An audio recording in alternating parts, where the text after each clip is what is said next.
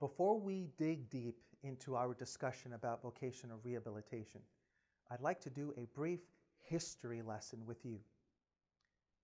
Our knowledge of self-employment, although may be recent, the reality is that self-employment has been an acknowledged employment outcome since 1998, and it is contained under Title IV of the Workforce Investment Act. That is WIA, otherwise known as WIA. So self-employment through vocational rehabilitation clearly is not new.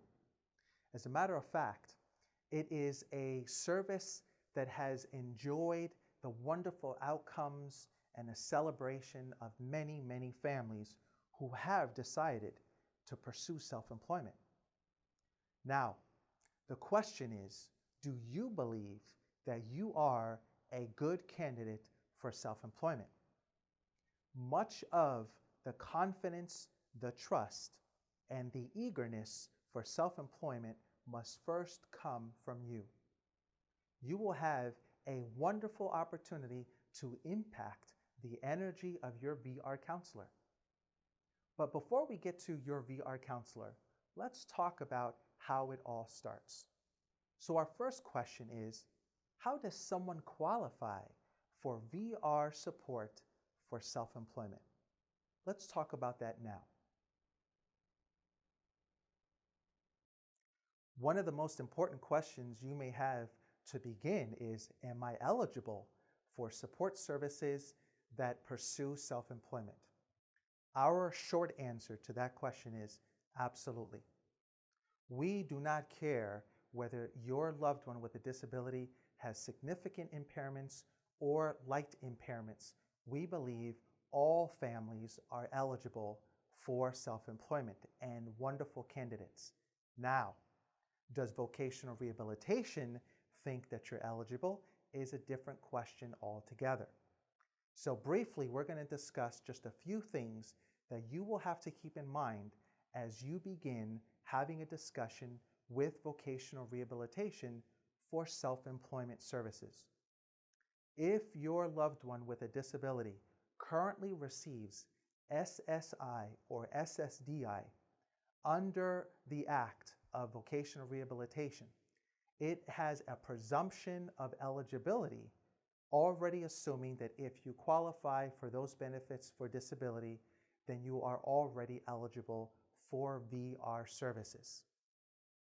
Now, with that stated, if you do not have SSI or SSDI public benefits for disabilities, or you have never pursued those benefits, then there are some other means that VR has to really try to confirm your need for vocational services. One of those means that they use are perhaps some vocational testing to really get a better sense of the individual's sense of vocational skills or even experience. If the individual with a disability has work experience, then absolutely start collecting that information and work experience to be ready to present to the VR counselor. The VR counselor is going to be interested in the type of work history this individual has. Now, it does not mean if this individual has no work history that you're no longer a good candidate for self-employment. It simply is a matter of reference.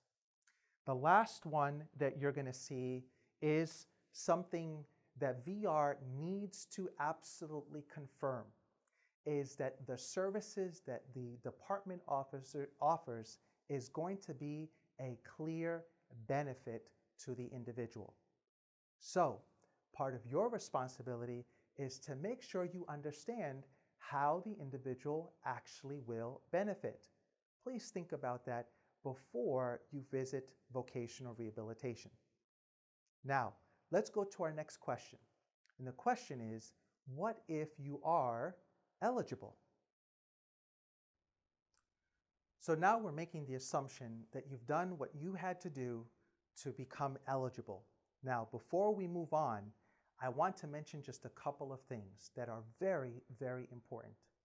One, VR can take up to 60 days to determine whether you are eligible for services through the VR department. Number two, on your very first visit with the VR, if you have already thought about your business idea, please bring that information with you. Our recommendation to you is, before you meet with the VR, why don't you have 3 different business concepts for your loved one with a disability or for yourself? Why do we say that? Well, traditionally, VR wants to know that you have thought out options for self-employment as opposed to only thinking about one concept. Does not mean that you cannot still pursue one out of the 3, but 3 shows you've put a little work into the research. Additionally, and please remember that this is the most important part of your business idea, you must be sure that the business idea is a good fit for you or your loved one with a disability. It must coincide with who they are and what they can do now. You can grow into a business, but you must be realistic about what your family can do for a business idea. Make sure it is a fit. Now, let's assume that you are now eligible for self-employment services. The next thing that occurs is that VR will put together an IPE, which is also represents an individualized plan for employment. Once that individualized plan for employment is put together, and it's done so through you, your family, your loved one, a counselor, and perhaps even a CBTAC. A CBTAC is a Certified Business Technical Assistant Consultant. It's a very long name for simply to mean a helper for your business. CBTACs are providers that are hired by Vocational Rehabilitation that are paid for through VR to help you launch your business. The first part of that process is, 1, identify a CBTAC in your area, get to know that CBTAC, and then request through your counselor an initial meeting. The initial meeting basically means you are going to sit with your CBTAC provider, and together you will figure out what is the best route for self-employment. Your CBTAC is your best friend in this venture.